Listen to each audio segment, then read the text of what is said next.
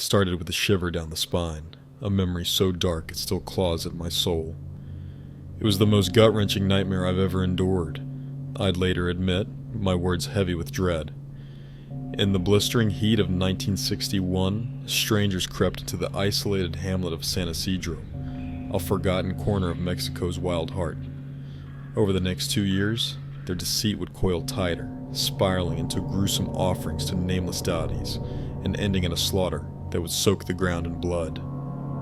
The internet has warped this saga into a grotesque shadow of itself, but here's the unfiltered truth of San Isidro and the malevolent faith that consumed it. San Isidro wasn't a place you'd stumble upon. Nestled beneath the looming shadow of Cerro del Cuervo, it stood cut off from the world. No paved paths, no flickering lights, no trickle of piped water. Just 50 weathered farmers scratched out a living there, their days bound to the soil's unyielding grip. A single, rugged trail, more scar than road, linked them to a far-off highway. Then, one blistering day in 1961, 2 figures stepped out from the tangled woods. Outsiders, bold as brass, invading a place that hadn't known a foreign footprint in living memory. They weren't wayward travelers. They carried a spark of intent, a gleam of something sinister. They were twins, Isabella and Mateo Vargas, born beneath a crimson dusk in 1945. Barely 16, they fled the rough streets of Ciudad Juarez, a border town thick with whispers and grit. There, they'd soaked up the mysteries of spiritism, a shadowy belief rooted in the ancient voices of Mexico's native people. It wasn't just faith, it was defiance, kindled in the embers of the Mexican Revolution. Icons like Emiliano Zapata, a spiritist to his core, had preached that the old ways could break the chains of Catholicism's rule. In his writings, Zapata sketched a vision of a primal creed, pure, potent, guarded by a secretive few, destined to reclaim its throne. Isabella and Mateo seized that flame, their youthful spirits alight with its call. Their path began as a cunning ruse. Abandoning Juarez, they roamed south, slipping through scattered indigenous settlements like phantoms. With honeyed words, they posed as bearers of the sacred truth, exploiting the goodwill of the humble to snag a warm meal or a patch of dirt to sleep on. Each triumph stoked their nerve until they fixed their gaze on San Isidro, a ripe canvas for a grander scheme. Here they cast off their beggars' rags and draped themselves in the garb of visionaries. Isabella styled herself a reborn oracle, her voice weaving enchantment, while Mateo claimed the mantle of San Juan's reincarnated spirit, a holy figure cloaked in legend. At first, it was a subtle dance. They pleaded for handouts and a roof, their tales sprinkled with hints of the forgotten gods. The people of San Isidro, generous beyond reason, welcomed them, blind to the trap snapping shut. But Isabella and Mateo were patient hunters. They concocted a murky brew, a so-called sacred draught they swore could pierce the veil of the divine. In reality, it was laced with marijuana, a wicked tonic that dulled minds and bent spirits.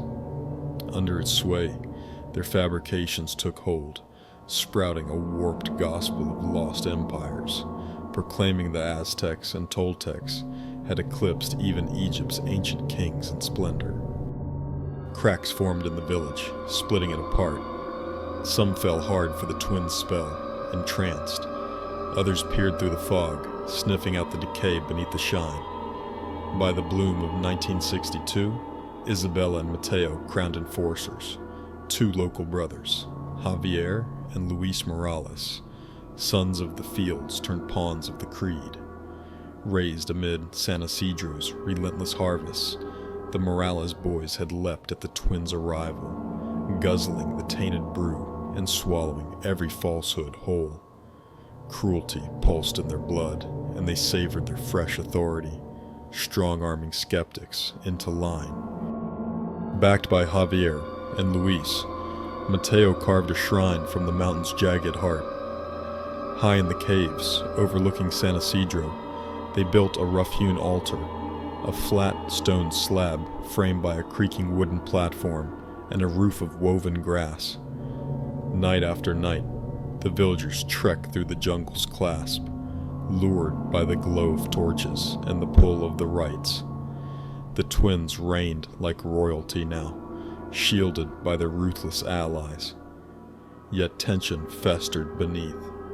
Isabella and Mateo aimed to stretch their deception thin, wringing it for all it was worth, while the Morales brothers hungered for a blaze, a following that would engulf entire regions. The rift simmered, forcing the twins to spin ever wilder displays to sate their fervent flock. Then the blood flowed.